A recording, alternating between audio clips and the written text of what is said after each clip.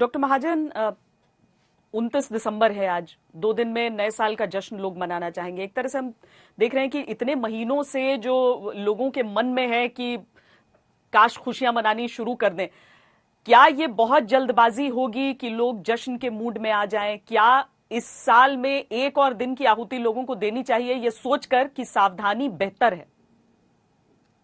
इसमें कोई शक नहीं है कि सावधानी बेहतर है और सावधानी लाजमी है। अगर हम ये सोचेंगे कि ये अब न्यू ईयर्स ईव आ रही है, नया साल आ रहा है, हम वैसे ही मिलें जैसे हम मिलते थे, तो आप याद रखें कि जब इंडिया में ये बीमारी शुरू हुई 30 जनवरी को, तब चंद ही केस थे। जब लॉकडाउन हुआ तब केवल पूरे इंडिया में 500 केस थे।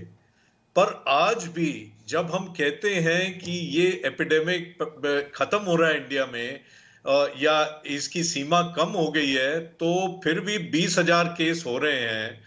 तो इसको मद्देनजर रखते हुए अगर हमने अपना गार्ड डाउन किया, अगर हमने प्रिकॉशन लेने कम किए, अगर एक दिन की चाह में कि हम दोस्तों को मिल लें, अपने रिलेटिव्स को मिल लें और जश्न मनाएं, अगर ये किया तो ये फिर से शुरू हो सकता है।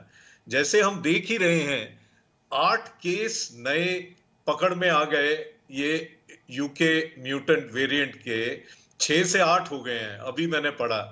तो ये अगर फैलने लगा और ये जल्दी से फैलने लगा, आजकल वैसे भी नॉर्थ इंडिया में ठंड है, अगर कोई भी सेलिब्रेट करेगा तो वो अंदर करेगा, क्लोज स्पेस में करेगा, जहां की वो हवा चेंज नहीं होगी, एक दूसरे के निकट रहेंगे, तो ये फिर से फैलेगा।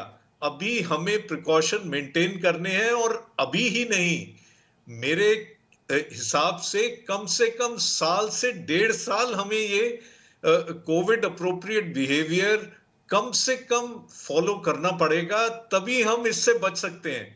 अगर हम सोचें कि ये खत्म हो गया, वैक्सीन आ गया, वैक्सीन आ गया तो क्या हुआ? अभी पूरे, अगर हम आधी भी इंडिया की जनता जो है उसको वैक्सीन देंगे तो कम से कम 1 से 1.5 साल लगेगा। ये नहीं वाकई सोचे कि वाकई, हम और इसीलिए इससे डॉक्टर जीत सेठ, गए।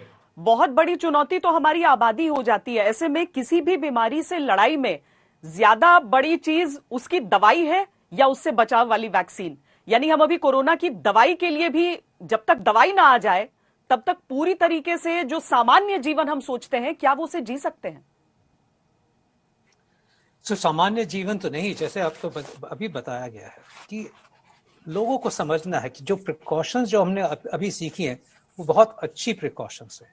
आफ्टर ऑल, सफाई रखना, हाथ साफ रखना, लोगों से बहुत, लोगों या दूसरों, एक दूसरों को टच ना करके नमस्कार करना, कई चीजें अच्छी हमने सीखी है। बट एक पता है, एक और जो चीज मिस आउट हो रही है अभी, ये भी समझने की है कि हमने को तो ये पता चला कि ये जब हमने टेस्टिंग शुरू की इस वेरिएंट की, तो पता चला कि 6 लोग हैं। बट इंग्लैंड से तो लोग पिछले कुछ हफ्तों से आ रहे हैं और उनकी टेस्टिंग भी नहीं हुई है, या आरटीपीसीआर हुआ भी है तो जीनोमिक टेस्टिंग नहीं हुई है। शायद ये वायरस एक्चुअली ये 6 लोग ही नहीं, 600 लोग हों, हो सकता है कि 1000 लोग ऑलरेडी हों।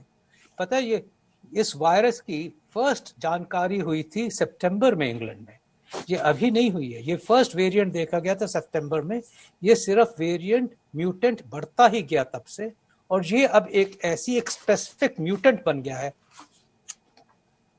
एक्चुअली मैं सबसे एक विनती करना चाहता हूं, वैक्सीन तो एक, हम सोचे सबसे बड़ी वैक्सीन तो सोशल वैक्सीन है, जो मास्क पहनना, जो सैनिटाइजेशन करना, जो फिजिकल डिस्टेंसिंग करना।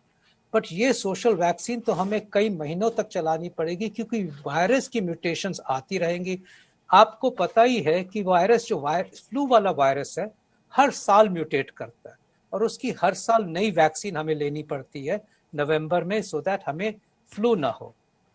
सबसे बचने का, क्योंकि वो वायरस इतना लीथल नहीं है, वो इन्फेक्टिव है बट लीथल नहीं है, तो हम चलते कहते हैं कि फ्लू हो गया, चलो कोई बात नहीं है। ये वायरस इतना ज्यादा इन्फेक्टिव है, और हमें पता ही है कि कितना लीथल भी है।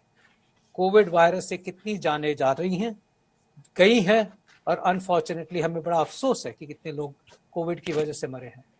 वही यही वायरस भी अगर मल्टीप्लाई कर रहा है मोर, और बाय द वे ये इसके अगर हम नॉर्मल वायरस को कहते हैं कि गले में 1000 टाइम्स एक वायरस 1000 वायरसेस बनता है, तो ये 5000 से 7000 वायरस बनता है गले में। इनफैक्ट इसकी इन्फेक्टिविटी इसलिए ज्यादा है कि एक बंदे के गले में 7 टाइम्स ज्यादा वायरस बनते हैं और 7 टाइम्स ज्यादा वायरस कन्वे होते हैं। अब आप बताओ, आप सोचते हो खतरा किसी भी तरीके से कम नहीं हो रहा है, खतरा बढ़ते ही जा रहा है। वाकई डॉक्टर पारेख, लेकिन हिंदुस्तान जैसे देश में जहां पर आबादी अव्वल इतनी बड़ी है, दूसरा अलग अलग सोच है लोगों की, वैक्सीनेशन ड्राइव उस पैमाने पर वाकई संभव हो पाएगा जितने की जरूरत है इस संक्रमण के चेन को तोड़ने के लिए?